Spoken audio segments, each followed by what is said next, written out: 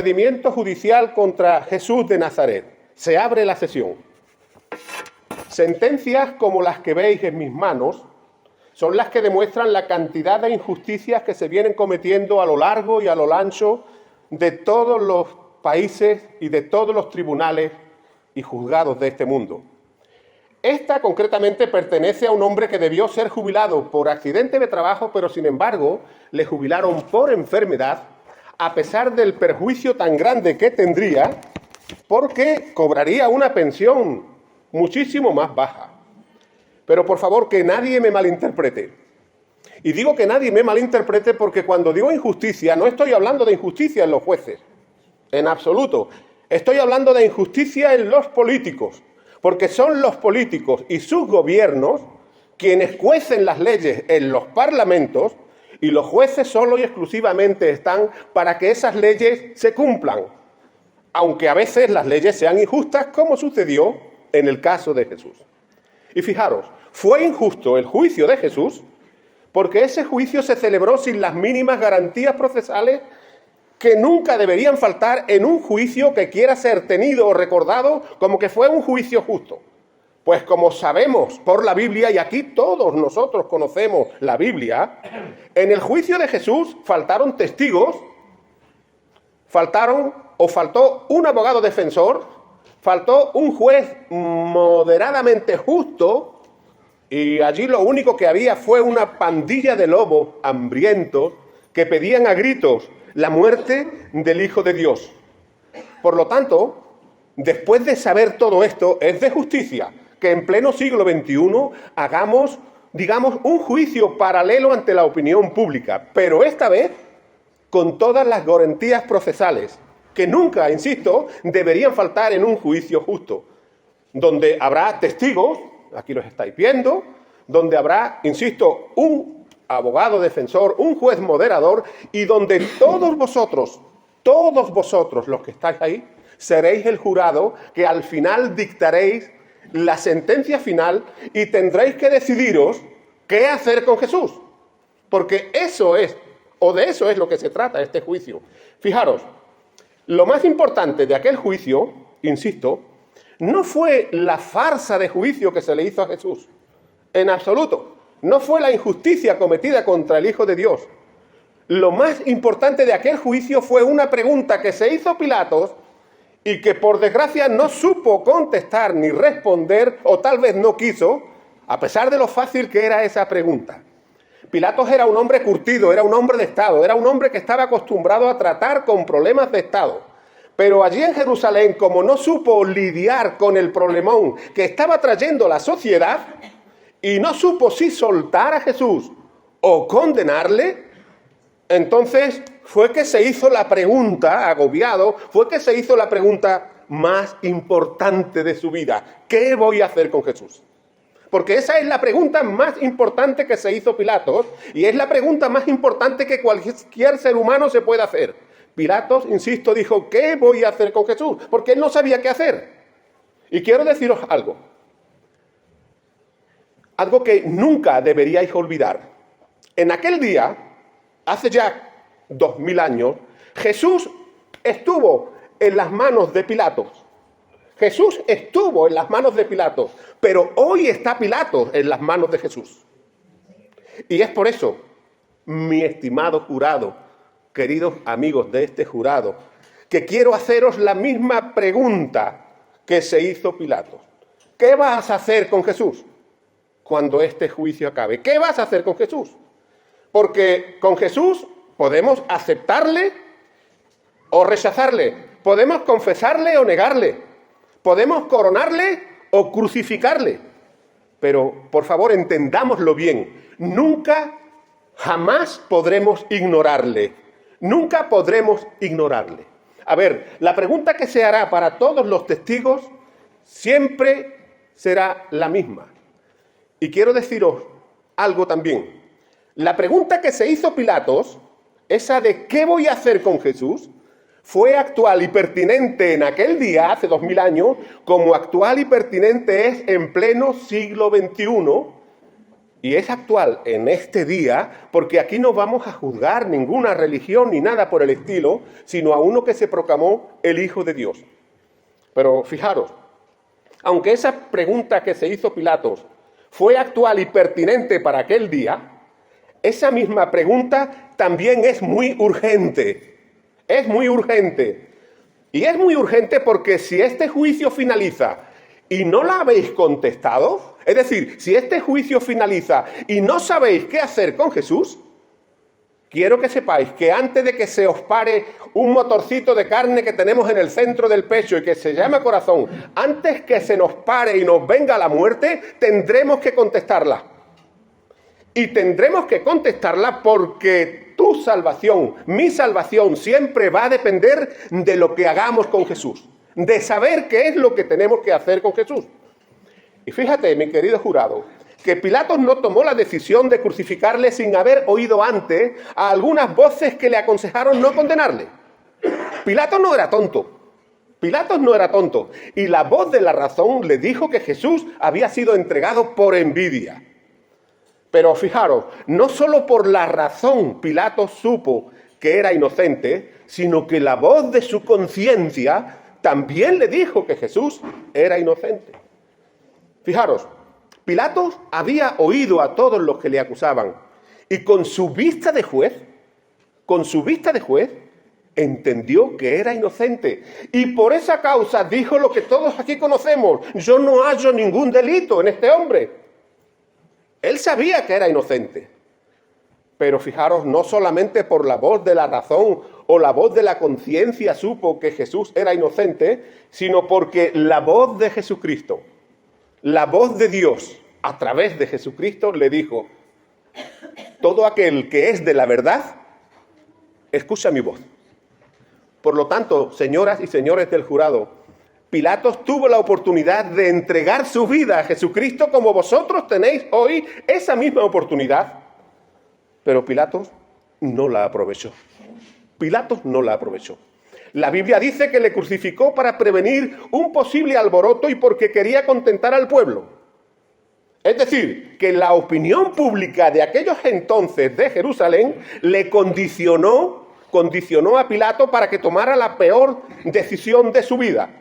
¿Cuál fue la peor decisión de su vida? La de no saber qué hacer con Jesús. Pero fijaros, lo que realmente endureció el corazón de Pilatos fue su orgullo. Su orgullo. A mí no me respondes, le dijo Pilatos a Jesús. ¿No sabes que tengo el poder para soltarte o para condenarte?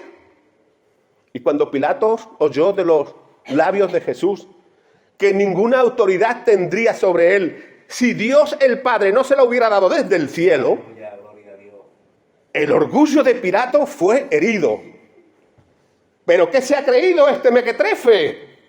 Digo yo que diría Pilatos en aquellos entonces. Y mucha gente, amigos míos, mucha gente, querido jurado, mucha gente está yendo a la condenación por un orgullo que están fabricando en sus corazones de piedra.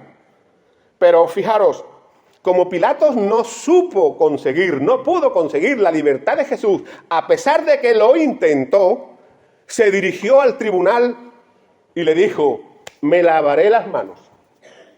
Y después de una complicada ceremonia de lavatorio de manos, fue ante el tribunal, ante los fariseos que acusaban a Jesús, levantó las manos y les dijo: mira, inocente soy de la sangre, de la muerte de este justo.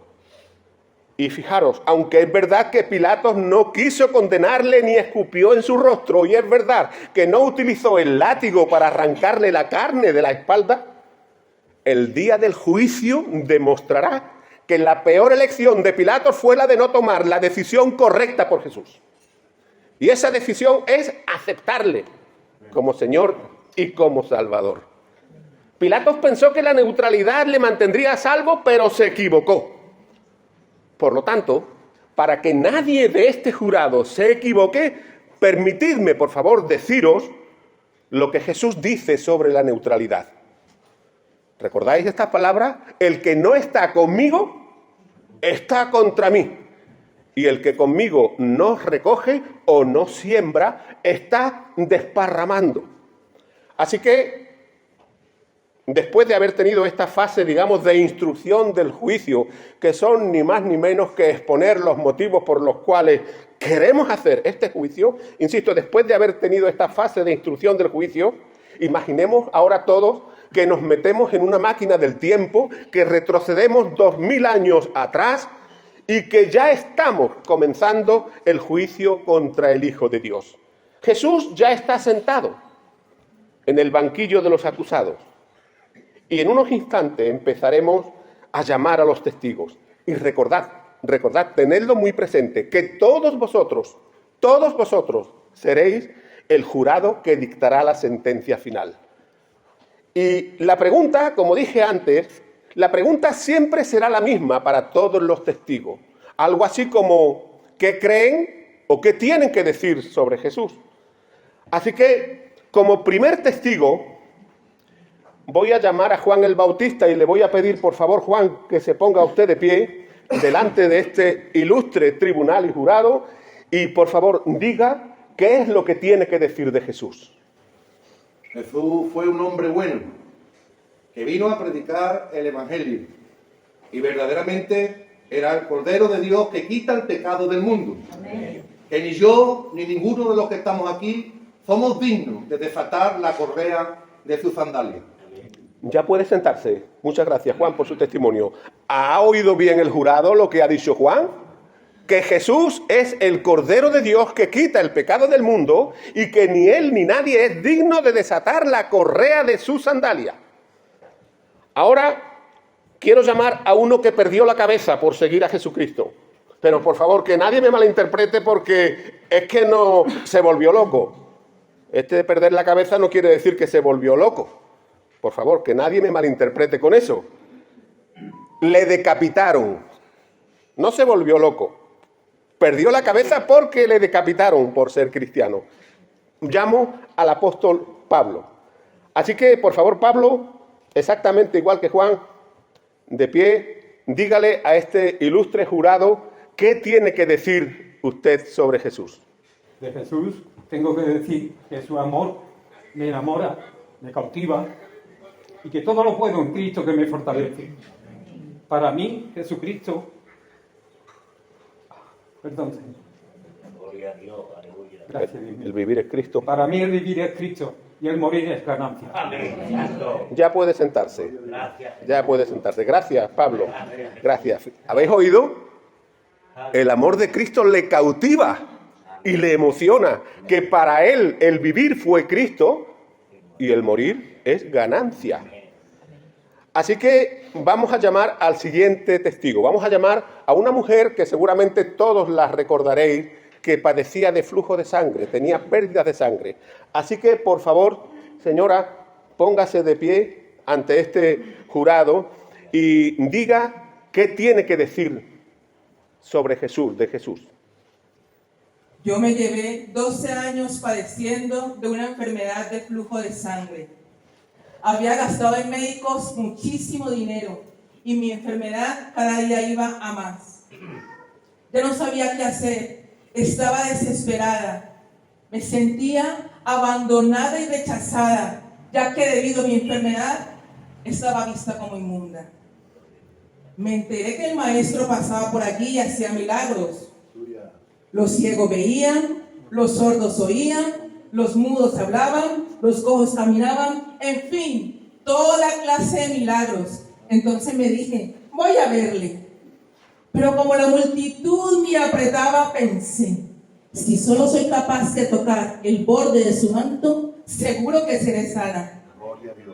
Me acerqué al maestro y entre empujones y apretones logré tocar el borde de su manto. El instante, mi flujo cesó.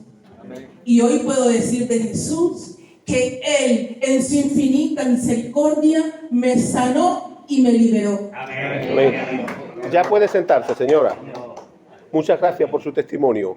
Es impresionante el testimonio de esta mujer. Es impresionante la fe de esta mujer y es impresionante lo que el Señor hizo con ella, pero no solamente lo hizo con ella porque Jesús a través de los tiempos ha sanado a miles de personas y también ha salvado a todos aquellos que le han recibido y reconocido como Señor y Salvador de sus vidas.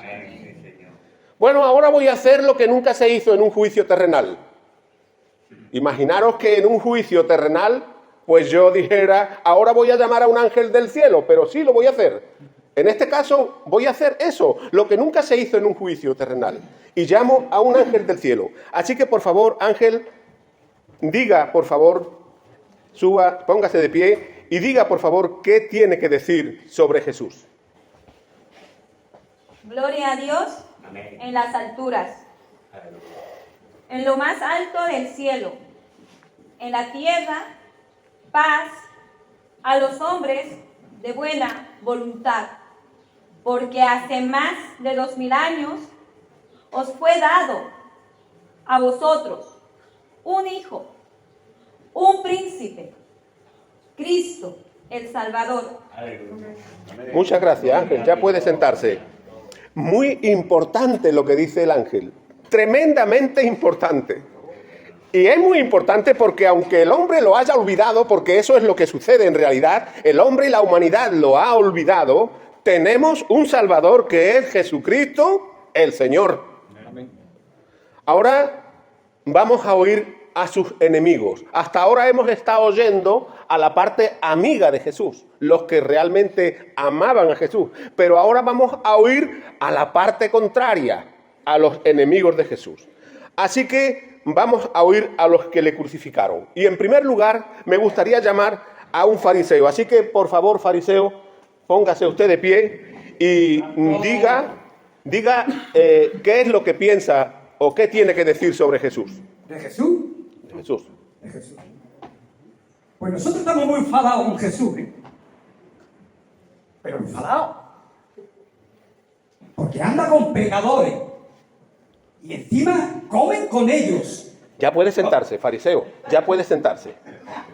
Pero qué barbaridad, un fariseo. ¡Qué barbaridad! Es que todavía el fariseo no se enteró que Jesús no vino a buscar a los justos, a los que se tienen por buenos y santos, sino que vino a buscar a los pecadores. Ha venido a por todos nosotros. Él no vino a los justos, sino Él vino a salvar a quien se sienta pecador. Ahora quiero llamar a un apóstol que le traicionó, a Judas Iscariote. Por 30 monedas de plata le traicionó. Así que por favor, Judas, póngase de pie y diga a este tribunal qué es lo que tiene que decir sobre Jesús. Que yo he pecado traicionando al inocente. Increíble, increíble. Que él, siéntese Judas, por favor, que él ha pecado traicionando al inocente. Y fijaros, tal fue el cargo de conciencia, el cargo de remordimiento, no de arrepentimiento, sino de remordimiento, que es totalmente distinto. Insisto, tal fue el cargo de conciencia que tuvo este hombre que se ahorcó. Bueno, pues ahora voy a llamar al centurión romano que le crucificó. Así que, por favor, centurión, póngase de pie y diga, acérquese un poquito el micro ahí, y diga a este tribunal, a este jurado, qué es lo que tiene que decir sobre Jesús. Bueno, a mí me impactó el silencio de Jesús cuando íbamos a crucificarle. Desde Jerusalén hasta el Gólgota, no abrió su boca. Mientras los dos malhechores iban maldiciendo a Herodes, a Pilato y a todo el mundo, pero él no abrió su boca. Era como si aquellos momentos estuviera dentro de sus planes. Y cuando poco antes de morir dijo, Padre, perdónales, porque no saben lo que hacen. En ese mismo momento mi corazón se quebrantó y entonces dije, verdaderamente este hombre es el Hijo de Dios. Muchas gracias, centurión. Ya puede sentarse. Es impresionante lo que dice el centurión, que le impactó el silencio de Jesús. La Biblia dice que como cordero al matadero fue llevado delante de sus asesinos y no abrió su boca. Que le impactó el silencio de Jesús mientras que iba desde Jerusalén al Gólgota. Y cuando desde la cruz oyó decir a Jesús, Padre, perdónalos porque no saben lo que hacen, su alma se partió, su corazón se quebrantó y entonces no pudo más que decir, realmente este es el Hijo de Dios. Ahora quiero llamar a la esposa de Pilatos. Así que por favor, señora, levántese, póngase de pie y por favor diga lo que tenga que decir sobre Jesús. La noche antes del juicio intenté convencer a Pilato, mi marido, y le dije que no tuviera nada que ver con Jesús, que no lo condenara, que Jesús era santo, inocente y justo. Jesús no merecía morir. Ya puede sentarse, señora. ¿Está oyendo el jurado? ¿Está tomando nota el jurado para saber qué hacer con Jesús? El testimonio de esta mujer es alucinante. Y es alucinante porque Dios le habló como a María, la esposa de José, la madre de Jesús. Dios le habló en un sueño para que Pilato, su marido, no tuviera absolutamente nada que ver, sino que supiera que Jesús es el santo, el justo y el inocente. A ver, como estoy oyendo un murmullo por aquí, por medio del jurado, porque llamé a un ángel del cielo, y lo justo sería también llamar a un ángel del infierno, o a un demonio, pues la verdad es que, fijaros, no voy a llamar solamente a un demonio, sino a muchos demonios. A ver, demonios, ¿qué tenéis que decir? Pero antes, decidnos cuál es vuestro nombre. Nosotros nos llamamos Legión porque somos muchos demonios. A ver, Legión, os pedimos desde este tribunal, en el nombre del Dios Altísimo, a que digáis la verdad y nada más que la verdad de lo que creéis y lo que pensáis de Jesús. Nosotros conocemos a Jesús y sabemos que Él es el Santo de Dios. Que nosotros conocemos a Jesús y sabemos que Él es el Santo de Dios. Esto es increíble, vamos. Esto es increíble, señores del jurado. Es increíble, son demonios evangélicos. Los demonios conocen a Jesucristo y creen que es el Santo de Dios.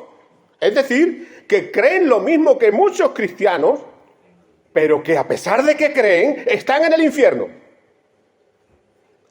Y ahora, señoras y señores del jurado, pido que con toda reverencia, con todo respeto, oigamos al último testigo, al que tiene todo el poder y toda la gloria, al juez supremo y eterno, al Padre Celestial. Pero como nosotros no somos dignos de que Él se siente aquí, en este tribunal, a testificar, le pediremos que nos hable desde el cielo. Así que, bendito Dios, por favor, ¿qué tienes que decirnos de su Hijo Jesús? Que Jesús es mi Hijo amado y el único en quien tengo complacencia. ¿Habéis oído, señores del jurado? Tomar nota, ¿eh? ¿Habéis oído lo que dice el Padre Celestial? Pues fijaros también ahora lo que dice la Biblia en 1 de Juan capítulo 5 y versículos del 9 al 12. Porque si recibimos el testimonio de los hombres, más grande es el testimonio de Dios. Un momento, señores del jurado.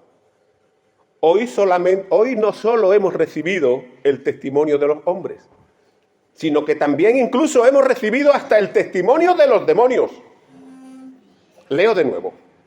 Porque si recibimos el testimonio de los hombres, más grande y más valioso es el testimonio de Dios. Y este es el testimonio de Dios, que el que cree en el Hijo de Dios tiene el testimonio verdadero, pero el que no cree deja a Dios por embustero porque no ha creído en el testimonio que Él ha dado de su Hijo. Y este es el testimonio, que Dios nos ha dado vida eterna y que esa vida está en su Hijo. El que tiene al Hijo es el que tiene la vida, pero el que no tiene al Hijo no tendrá la vida. Y esto, señoras y señores del jurado, quiere decir que lo que Dios nos ha dicho de Jesucristo, nos lo ha dicho por la Biblia y por nadie más. Padre Santo, no quiero ser impertinente, pero a Jesús le declararon culpable. Por favor, díganos qué tiene que decir de su culpabilidad. Que es verdad, que Jesús fue culpable en primer grado por el amor tan grande que tuvo para con los pecadores, que fue culpable por amaros hasta el fin, y que yo mismo permití que le declararan culpable para que vosotros pudierais ser declarados inocentes en el día del juicio. Esto es increíble. Esto es increíble, señoras y señores del jurado. ¿Habéis oído bien lo que dice el Padre Celestial? El Padre Celestial permitió que el juicio de Jesús fuera una patraña o una farsa porque quiso declararle culpable para declararnos a todos nosotros inocentes en el día del juicio. Pero Padre, ¿qué prueba tenemos de su resurrección? ¿Qué prueba tenemos de que Jesús verdaderamente es el Hijo de Dios? El poder de su resurrección demostró que era mi Hijo. La resurrección demostró que Jesús era quien decía ser el Hijo de Dios. Y esto, señoras y señores del jurado, esta es la evidencia de Dios. Esta es la evidencia de Dios. Es decir, que Jesús rompió, partió y dinamitó la tumba con el poder de su resurrección. Y si hay alguien en este jurado que cree que eso es imposible, o cree que sus discípulos robaron el cuerpo y luego se inventaron la historia de la resurrección, si hay alguien en este jurado que cree eso, voy a decirle algo a esa persona que tal vez lo crea. Fijaros, una persona podría dar su vida, podría morir y dar su vida por una mentira, pero si cree que está en la verdad. Pero ni el tonto más tonto de todos los tontos habidos y por haber entre los tontos sería tan tonto como para dar su vida por algo que sabe que es mentira. ¿Sí o sí? Óiganlo bien, señores del jurado, óiganlo bien.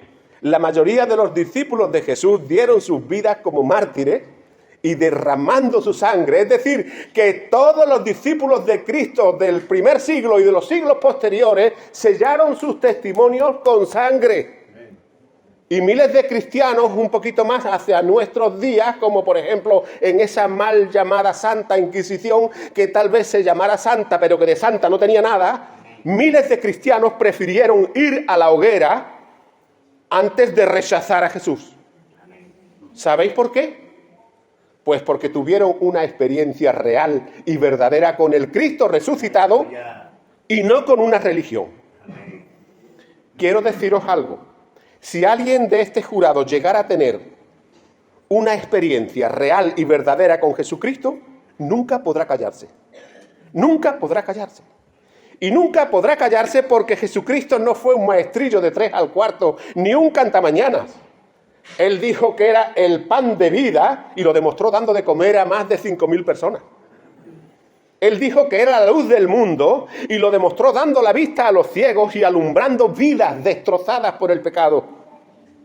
Él dijo que era la resurrección y la vida y lo demostró resucitando a Lázaro, al hijo de la viuda de Naín, y hasta él mismo resucitó con poder de entre los muertos.